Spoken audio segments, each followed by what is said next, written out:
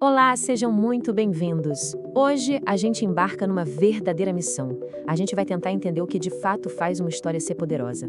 Porque algumas mensagens simplesmente não morrem, sabe? Atravessam o tempo. A nossa jornada para desvendar isso começa agora. E essa é a grande pergunta, né? Pensa bem, qual a diferença entre uma mensagem que ecoa por gerações e outra que, bom, se perde no meio de tanto barulho? O que separa uma coisa da outra? É pura sorte? Ou será que tem técnica por trás disso? E essa citação do Galeano, nossa, ela ilustra isso de um jeito brilhante. Histórias não são só um passatempo, um entretenimento. Elas são tipo o tecido da nossa existência. Elas moldam como a gente entende o mundo, nossas crenças, o jeito que a gente se conecta. Então, para qualquer pessoa que cria conteúdo, que escreve, que comunica, entender a arte de contar histórias é como atender a um chamado para uma grande aventura. É aqui que começa a nossa jornada para dominar essa força tão fundamental. Olha que interessante essa ideia. Pensa nas histórias como o sistema operacional da nossa mente. Desde os mitos antigos que tentavam explicar o Sol e a Lua, até, sei lá, um anúncio que faz a gente escolher uma marca em vez de outra, a estrutura da história tá lá. É uma linguagem universal de influência, de conexão. E como em toda missão épica, o primeiro passo é sempre a preparação. No nosso caso, isso significa uma coisa, e ela é crucial: entender de verdade para quem essa história se destina. Para criar uma conexão de verdade, o segredo é a precisão. É por isso que essa regra de um é tão poderosa.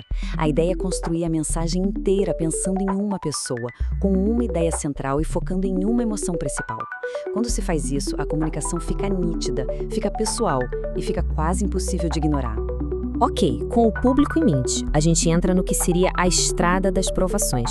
É aqui que quem cria precisa dominar as ferramentas, sabe? Enfrentar os desafios de construir a arquitetura de uma história.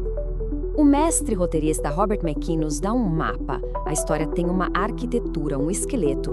Tudo começa com a batida, que é só uma troca de ação e reação. Um olhar, por exemplo. Várias batidas juntas formam uma cena, que é a conversa que vem depois.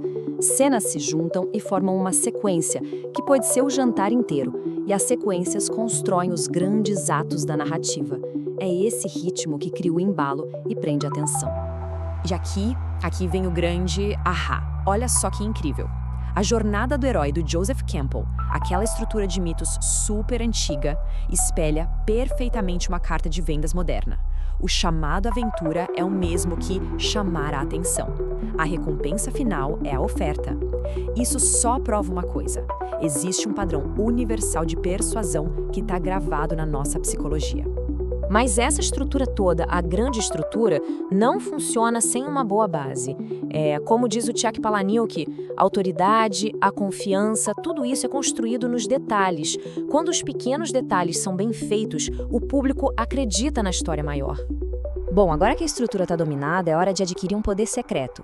É hora de entender a psicologia que faz as histórias serem não só boas, mas irresistidamente persuasivas. Esse aqui talvez seja o melhor exemplo de uma grande ideia que existe.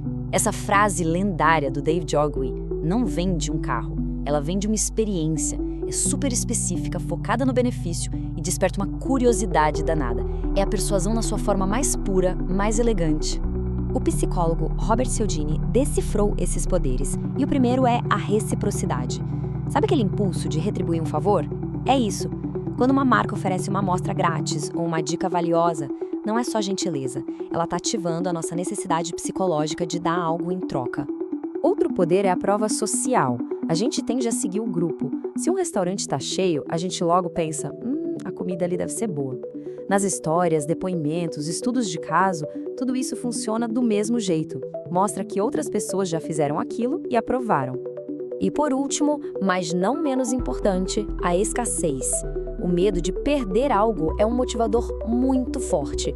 Sabe aquelas ofertas por tempo limitado ou enquanto durarem os estoques? Não são só táticas de venda. Elas exploram o nosso medo de ficar de fora, o que faz a oportunidade parecer instantaneamente mais valiosa. A nossa missão está chegando no ponto alto. Com todas essas ferramentas e segredos em mãos, agora a gente consegue resumir tudo a uma única verdade poderosa. E esse é o nosso elixir. E aqui está ele, o elixir, o tesouro da nossa jornada, a ideia central.